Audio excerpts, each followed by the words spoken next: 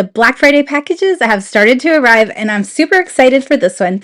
This is the Moira Beauty. I got some chroma eyeshadows to test out. I did get some glitter primer. I'm not going to test this out today, but I will test that out very soon. And I also got a waterproof liquid liner that I'm not going to test out today either, but I'm super excited to put those to the test eventually. All of the items I'm showing today are cruelty-free and vegan, but I'm so excited about these chroma shadows. These shadows were on sale individually for $3.90 for Black Friday.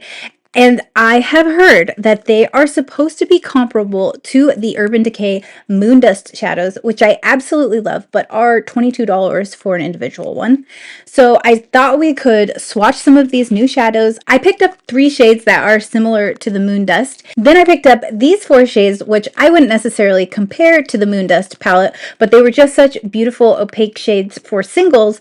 I thought they were too good to pass up if they work. But I don't know, so let's swatch them. For comparison's sake, I do have the single of the best-selling Space Cowboy shade, but then I also pulled out my Moondust palette from Ulta from last year holiday to compare to some of the other shades in here.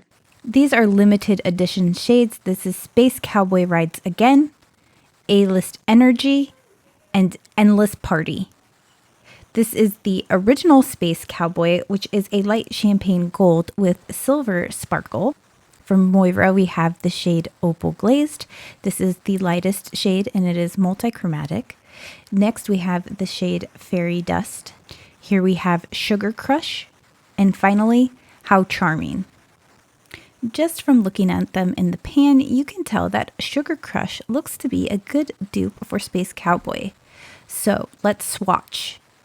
First up, we have the Moira shade Sugar Crush, and we're going to compare that to the Urban Decay shade Space Cowboy. Remember, this is a permanent Moondust shade in the collection, and you can see they aren't exactly the same, but they do have some similar qualities. The Space Cowboy is not as opaque and has a more peach undertone. Looking at them in the pans, you can see that Space Cowboy Rides Again is similar to Moira's Fairy Dust. We're swatching Fairy Dust here, and you can see it's a more opaque silver with a lot of impact. Compared to Space Cowboy Rides Again, which is a light peach shimmer with a silver glitter. You can see that there are similar qualities to them, but they also look a bit different. Next up, I'm swatching Moira's Opal Glazed to see if we can get a closer dupe to Space Cowboy Rides Again, since it is a limited edition shade. You can see it has similar qualities, but the coloring is a bit different. There's definitely more green in Opal Glazed. Next up, I am swatching the Moira shade How Charming. This was one of the shades that I originally picked up, thinking that it was more opaque and less like the Moondust shadows. However, when I compared it to the Urban Decay palette, it looked like Endless Party. So here you can see it swatched next to Endless Party, and you can see that those are actually a pretty good dupe, as that Endless Party is a little bit more opaque as well. And that is another limited edition shade, so it's exciting to be able to find a dupe for it.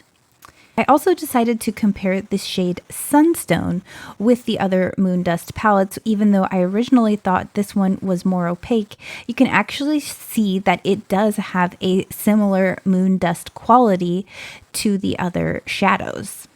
In a little bit different lighting, we have from left to right Sugar Crush, Space Cowboy, Fairy Dust, Space Cowboy Rides Again, Opal Glazed, How Charming, Endless Party, and Sunstone.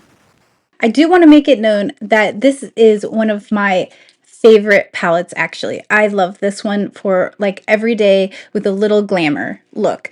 And I will say, we've got the 3 Moondust shades, which I love. I think these 2 neutral mattes are perfect. This is a dark brown matte with shimmer glitter in it, and I'm just not a fan of this formula in any type of palette. I wish it was just a plain deep brown. I would have loved it if it was just this deep chocolate brown.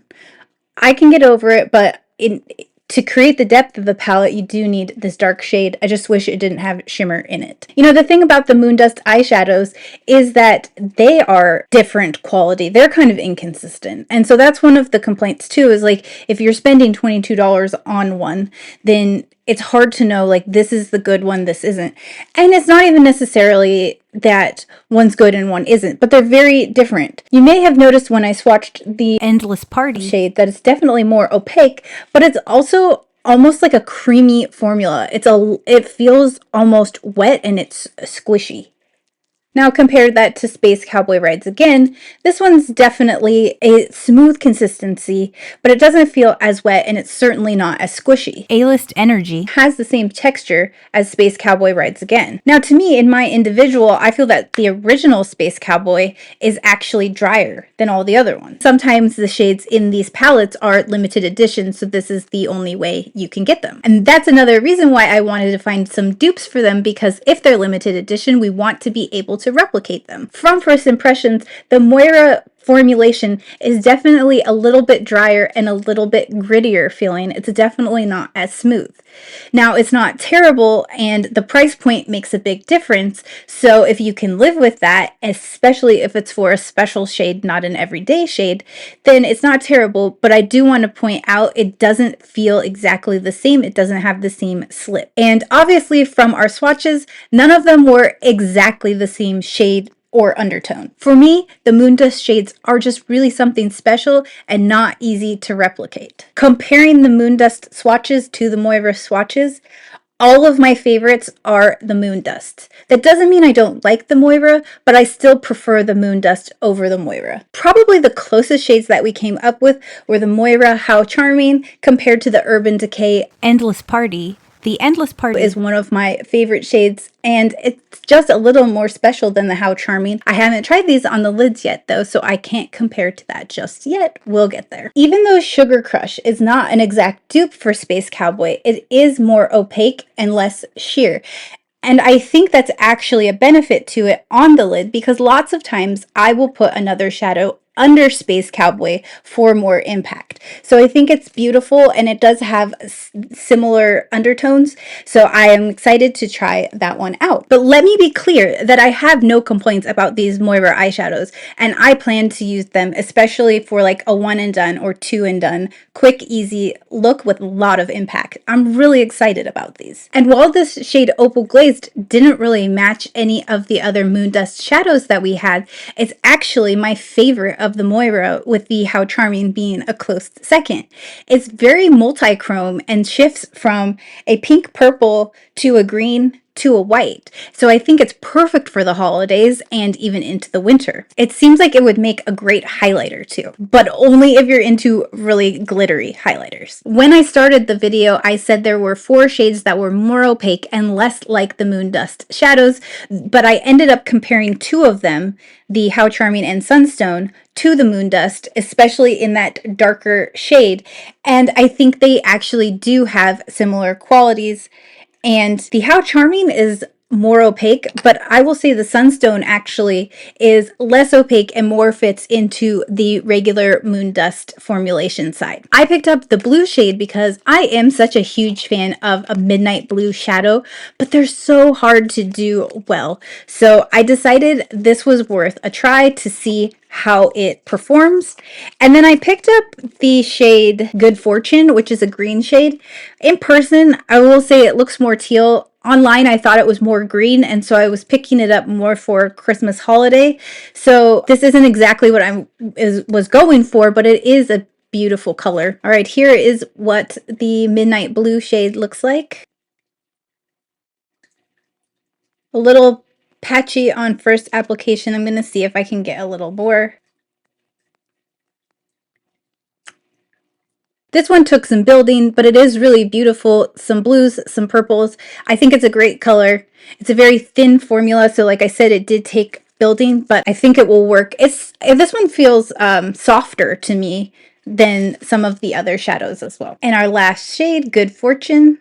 Ooh, look at that. This one definitely feels a lot creamier, and it feels more like the Urban Decay No Sleep Club.